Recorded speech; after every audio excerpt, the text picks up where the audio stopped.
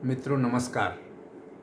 पटना बिहार से मैं विवेक रंजन सोनभद्र अपने यूट्यूब चैनल विवेक सोनभद्र पर आपका स्वागत करता हूं। आज बात बिहार सरकार के जीरो टॉलरेंस की, करप्शन पर जीरो टॉलरेंस की। वर्तमान सरकार श्री सम्राट चौधरी जी के मुख्यमंत्रित्व में चल रही है। इन्होंने 15 अप्रैल को शपथ लिया था, तो उस दिन भी इन्होंने यही कहा था कि भ्रष्टाचार पर जारी रहेगा जीरो टॉलरेंस। मुख्यमंत्री ने भ्रष्टाचार के मुद्दे पर कड़ा रुख अपनाते हुए कहा कि राज्य में जीरो टॉलरेंस की नीति को पूरी दृढ़ता से लागू किया जाए। उन्होंने दो टूक कहा कि ऊपर से लेकर नीचे तक किसी भी स्तर पर भ्रष्टाचार बर्दाश्त नहीं किया जाएगा। साथ ही अधिकारियों को निर्देश दिया कि मुख्यालय से लेकर प्रखंड, अंचल और थाना स्तर तक कार्यों को लंबित रखने की प्रवृत्ति समाप्त की जाए। तो ये जीरो टॉलरेंस था करप्शन के प्रति। पुरानी सरकार जो नीतीश कुमार जी की थी, उसमें भी यही जीरो टॉलरेंस था भ्रष्टाचार के विरुद्ध, कहने को कम से कम। जबकि अंचल कार्यालय में कोई काम नहीं होता है, मंत्रालय में भी काम होता है कि नहीं होता है पता नहीं। एक मुद्दे पर मंत्रालय को मैंने 3 पत्र लिखा है, कोई जवाब आज तक मुझे नहीं मिला। डीएम को भी पत्र लिखा है, कोई जवाब मुझे नहीं मिला। तो ठीक है, मेरा आवेदन में जो कहना था वो सही है या गलत है, उसका कोई जवाब तो मुझे मिलेगा, या उस पर कोई कार्रवाई तो होगी। तो न कार्रवाई हुई और न जवाब मिला। पता नहीं क्या जीरो टॉलरेंस है, हमें नहीं समझ में आया पहले और अभी भी।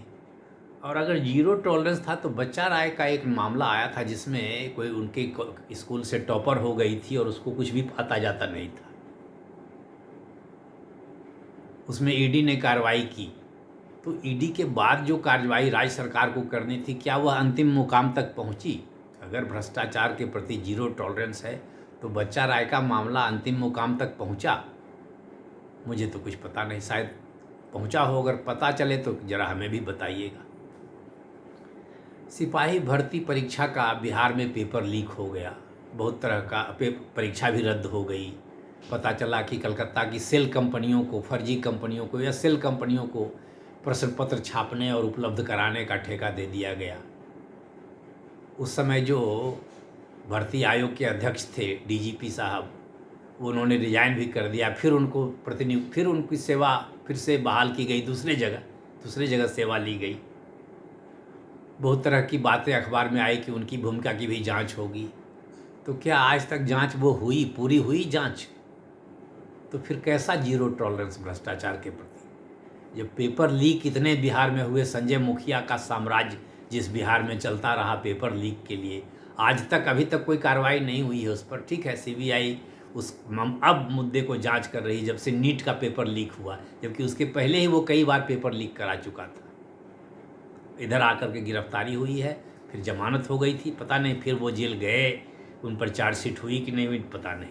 लेकिन अभी तक अंतिम मुकाम तक वो मुकदमा भी नहीं पहुंचा है। तो ये जीरो टॉलरेंस है किस चीज़ के लिए और कैसा जीरो टॉलरेंस है?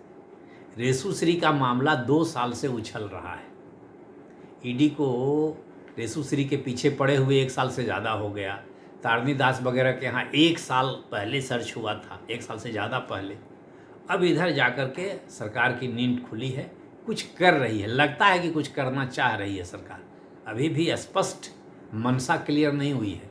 2 आईएएस अधिकारियों को निलंबित किया गया है, लेकिन उन पर प्रिवेंशन ऑफ करप्शन एक्ट में कोई मामला दर्ज नहीं हुआ है। तो जीरो टॉलरेंस कैसा होता है ये नहीं समझ में मुझे आता है। और भी कई बड़े अधिकारियों का नाम आ रहा है, तो उन पर कोई कार्रवाई नहीं हुई है। तो फिर ये जीरो टॉलरेंस किसे कहते हैं? अच्छा, एक अधिकारी थे संजीव हंस, उन पर कार्रवाई हुई, ईडी की कार्रवाई हुई, ईडी ने उनको गिरफ्तार किया, फिर वो जमानत मिली उनको और वहाँ से छूट कर आए और फिर वो काम करने लग गए। तो राज्य सरकार की जो मशीनरी है वो क्या कर रही थी? उन पर क्या कोई आरोप सब गलत है? ऐसा हो गया क्या? विभागीय जांच कुछ हुई नहीं हुई? कोई प्रिवेंशन ऑफ करप्शन एक्ट का मामला मिला नहीं मिला? ईडी ने जो जांच की उसमें ऐसा कुछ मामला है? इन सब चीज़ों की जांच तो ढंग से हुई नहीं है अभी तक। तो ये जीरो टॉलरेंस केवल कहने के लिए है कि सचमुच जीरो टॉलरेंस है, ये पता नहीं चलता। पता चलना चाहिए कि जीरो टॉलरेंस सचमुच में है।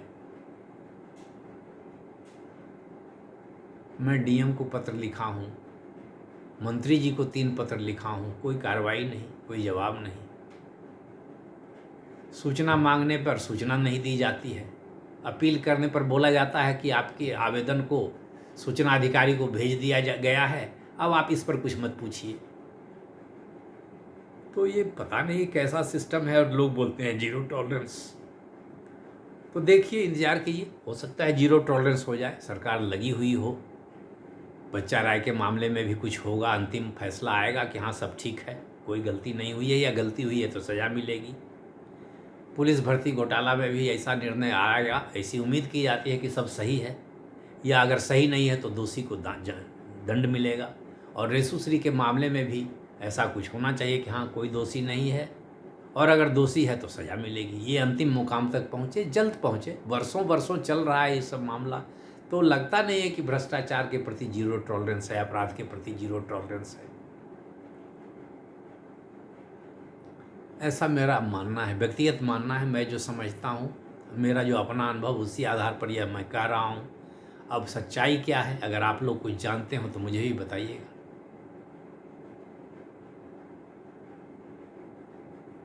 तो मित्रों, नमस्कार, धन्यवाद। वीडियो पर आप अपनी राय दीजिए, आप क्या सोचते हैं।